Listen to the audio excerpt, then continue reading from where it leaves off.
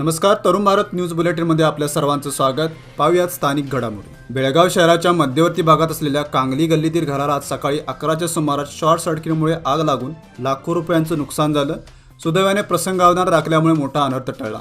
या आगीत दुकान मालक धनराज ठाकूर यांचं जवळपास 20 लाखांचं नुकसान झालंय. घटनेची माहिती मिळताच अग्निशमन दलाच्या जवानांनी तात्काळ घटनास्थळी धाव घेतली व शर्थीचे प्रयत्न करून आग आटोक्यात आणली. मात्र तोपर्यंत घरातील संसारोपयोगी साहित्य, कपडे व फोटो स्टुडिओ आगीच्या भक्ष्यस्थानी पडले. बाजूच्या दुकानांनाही या आगीची झळ बसल्याचं समजतंय. दरम्यान तहसीलदारांनी घटनास्थळी भेट देऊन पंचनामा केला व नुकसान भरपाई मिळवून देण्याचं आश्वासन दिलं. मंडोळी येथील धोकादायक वृक्ष वन खात्याने हटवल्यामुळे किरण जाधव आणि काही पर्यावरण प्रेमींनी या वृक्ष तोडीला विरोध करून नाराजी व्यक्त केली. मात्र याबाबत वन खात्याशी संपर्क साधला असता या वृक्षासाठी रीतसर परवानगी आहे, शिवाय शासनाकडून ऑर्डर देखील मिळाली आहे. त्यानुसारच आम्ही हा धोकादायक वृक्ष हटवल्याची माहिती वन खात्याने दिली. काँग्रेसचे प्रदीप माळगी व आनंद माळगी यांनी आज अनेक कार्यकर्त्यांसह जेडीएसमध्ये प्रवेश केला. आज बेळगावमध्ये झालेल्या पत्रकार परिषदेदरम्यान जेडीएसचे जिल्हाध्यक्ष शंकर माडलगी यांच्या उपस्थितीत त्यांचं स्वागत करण्यात आलं. यावेळी जेडीएसचे राष्ट्रीय उपाध्यक्ष प्रतापराव पाटील, शिवानंद मुगळीयाळ व फैजुल्ला माडीवाले उपस्थित होते. ओमननगर ओल्ड पीबी रोड येथील श्री दत्त त्रिपुर सुंदरी मठ येथे श्री सिद्ध हस्तकमल पादुकांचा प्रकट दिन सोहळा उत्साहात पार पडला. बुधवारी गुढीपाडवा उत्सव आणि आज श्री किरण स्वामी नायडू यांच्या हस्ते श्री सिद्ध हस्तकमल पादुकांचा रुद्राभिषेक सोहळा पार पडला. त्यानंतर महाआरती, दुपारी आणि सायंकाळी तीर्थप्रसाद वितरण करण्यात आलं. बेळगावमधील श्री त्रिपुर सुंदरी मठाची स्थापना आणि प्रकट दिनानिमित्त आयोजित कार्यक्रमांची माहिती किरण स्वामी नायडू यांनी तरुण भारतला दिली. या सोहळ्यात हजारोंच्या संख्येने स्वामींचे भक्त सहभागी झाले होते. रमजानचा महिना मुस्लिम धर्मियांसाठी अत्यंत पवित्र मानला जातो. या संपूर्ण महिन्यात सूर्योदयापासून सूर्यास्तापर्यंत मुस्लिम बांधव रोजा पाळतात आणि सायंकाळी इफ्तार केल्यानंतर उपवास सोडतात. आज संपूर्ण देशामध्ये चंद्रदर्शन झालं असून उद्या 24 मार्च पासून रमजानला सुरुवात होणार आहे.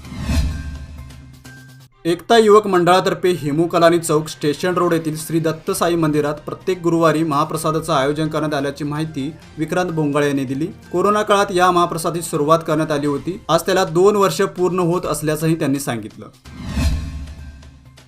बुडा स्कीम क्रमांक 51 लक्ष्मी टेक बेळगाव येथील उद्यानात जिम इक्विपमेंट्स देण्याची मागणी नागरिकांनी केली. या आशयाचं निवेदन बुडा आयुक्तांना सादर करण्यात आलं. तसेच येथील उद्यानाला गौतम बुद्ध असं नाव देण्याचा आग्रह देखील करण्यात आलाय. या प्रसंगी Joseph Bardeskar, BM Venkatesh, Isu Bardeskar, RC Kolkar, FC Babne उपस्थित होते. अरळीकट्टी येथील श्री बसवेश्वर मंदिराचा जीर्णोद्धार 20 लाख रुपये अनुदानातून करण्यात येत असून आमदार लक्ष्मी हेब्बाळकर यांनी याला चालना दिली. यावेळी त्यांनी मी आमदार झाल्यापासून ग्रामीण भागातील विकास अधिक झालाय, तसेच ग्रामीण भागातील जनतेच्या सहकार्यातून यापुढेही आणखीन विकास कामे करून या क्षेत्राला एक आदर्श क्षेत्र बनवणार असल्याचं त्या म्हणाल्या. यावेळी शिवमूर्ती आज्जा, CC पाटील, अडिवेश इटगी, सिद्धन्ना सिंगाडे, शिवानंद हलकर्णी मठ, राजू उप्पार, नागन्ना, राजू कट्टीकर व ग्रामस्थ बहुसंख्येने उपस्थित होते. श्री स्वामी समर्थ भक्त परिवार बेळगाव यांच्या वतीने श्री स्वामी समर्थ प्रकट दिनानिमित्त समादेवी गल्लीतील समादेवी मंगल कार्यालयात रविवार दिनांक 19 मार्च रोजी रक्तदान शिबिराचं आयोजन करण्यात आलं होतं.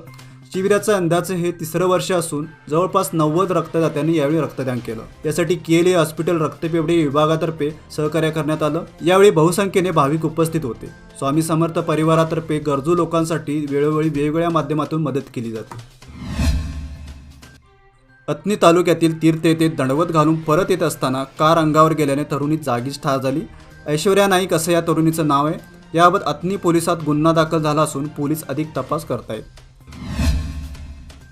विधानसभा निवडणुकीची घोषणा कधीही होऊ शकते. या पार्श्वभूमीवर शासनाने अनेक ठिकाणी तपासणी नाके उभारले. आडी डोंगराच्या पश्चिमेकडील बाजूस मल्लिकार्जुन डोंगर कर्नाटक महाराष्ट्राची सीमा असल्याने महाराष्ट्रातून कर्नाटकात येणाऱ्या सर्व वाहनधारकांची अप्पाचेवडी फाटा येथे कसून तपासणी करण्यात येत आहे. या तपासणी नाक्यावर महसूल खाते, पोलीस खाते, ग्रामपंचायत प्रशासन व अबकारी खात्याच्या कर्मचाऱ्यांची नेमणूक करण्यात आल्याचं समजते.